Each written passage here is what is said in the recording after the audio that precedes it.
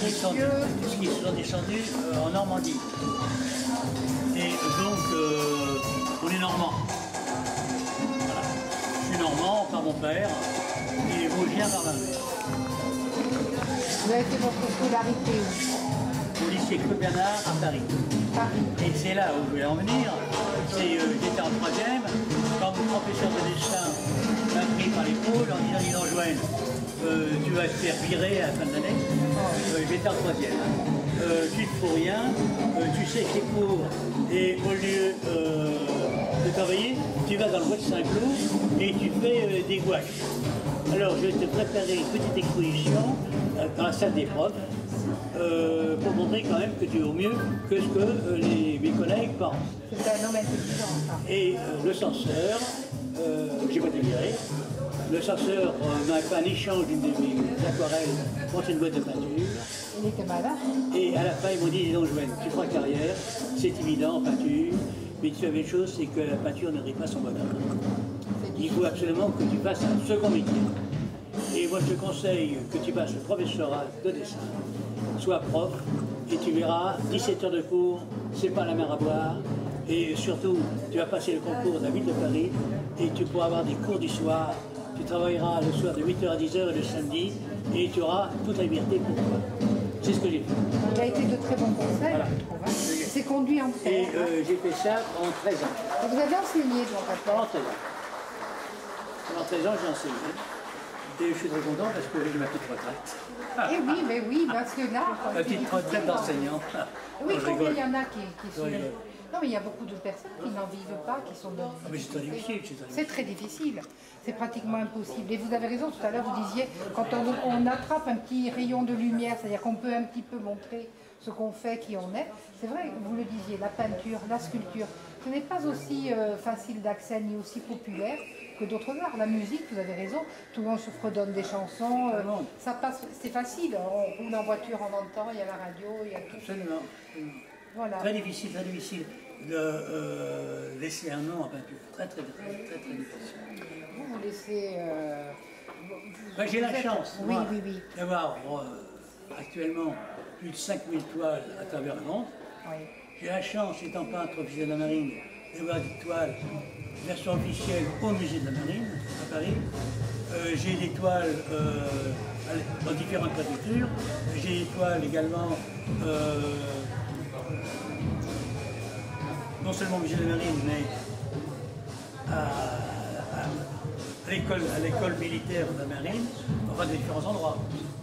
Et puis... Un musée aussi. Oui, alors le musée c'est encore autre chose. Alors c'est à votre initiative ou non? Comment ça... Alors le musée, non, j'ai la chance, oui, d'avoir un musée en tant que vivant. Mais oui, je voulais vous dire c'est rarissime. Hein? C'est rare, oui. Ah oui. Ben, j'ai un peu une chance, c'est-à-dire que j'ai un ami, collectionneur, qui n'est pas approché. Voilà. Un mécène. Un mécène. Qui m'a dit, non, Joël, je pense que ce serait bien qu'on crée un musée tous les deux. Je dis, bien, mais moi, écoute, je ne sais pas. Il dit, j'ai trouvé un vieux monastère à Saint-Rémy-de-Provence. Et est-ce que tu serais d'accord pour collaborer pour restaurer ce musée, futur musée? Oui. J'ai dit ok. Alors on était voir un avocat qui nous a conseillé d'avoir un président, d'avoir un trésorier. Oui, enfin, une association. Pour pouvoir demander des officielle fonds, envers oui. l'État. Même l'Europe. Oui, Envers l'État. Oui, oui. Or, j'ai confié à cette association 83 toiles pour 30 ans. C'est bien. Voilà. Alors cette toile ne m'appartient plus. Moi, je ne m'occupe pas du musée. Je suis en dehors du musée. Ma femme, elle, est conseillère dans l'association. Voilà. Et ça tourne comme ça. Alors il y a une entrée de 4 €. Au début, il y avait beaucoup de monde. Hein. Pas beaucoup de monde. On avait 4 000, 5 000 visiteurs par an. Oui, toutes les écoles du coin. C'est ça. Oui. Et puis ça a diminué un peu. Donc nous avons fait des produits dérivés. On a créé une association des amis du musée que j'ai considéré presque de notre ami en fait. C'est-à-dire que je fais une lithographie avec un poème. Alors on a 150 adhérents qui s'associent à ce musée. Pour 150 €, ils ont une litho tous les ans. Ça fait vivre le musée. Et puis on peut vendre des posters, on peut vendre des affiches, on peut vendre également des assiettes. Ah oui, des produits aussi, une série d'assiettes de Limoges. C'est la 250 exemplaires. J'étais obligé de refaire une série parce qu'on il y en a des collectionneurs d'assiettes, hein. Ouais. J'ai remarqué. Alors ce sont des assiettes de présentation. Oui, oui. Ouais, on met ça sur la table et on met une assiette en verre par-dessus. Mais même les collectionneurs d'assiettes, ils les mettent sur le mur. Non, on les met sur les murs. Oui. Voilà, il y a énormément. J'ai été très étonnée. Il suffit de voir des magazines.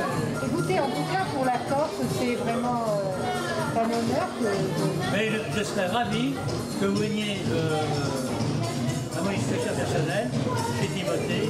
Oui, c'est parce que là, octobre, j'aurais voulu voir une de vos poils, par exemple. octobre-novembre, je ne sais pas quand c'est. De toute façon, Gabriel Diane, elle nous tiendra au courant. Ah, bien sûr. Nous, de toute façon, on lui dira de faire passer le nom de notre site pour que vous voyez le petit portrait qu'on va faire. Ok, avec grand plaisir. Vous savez, c'est pour nous une joie de voir en plus que vous avez su nous faire tant d'amis et ça ne m'étonne pas, personnellement. C'est pas bien là.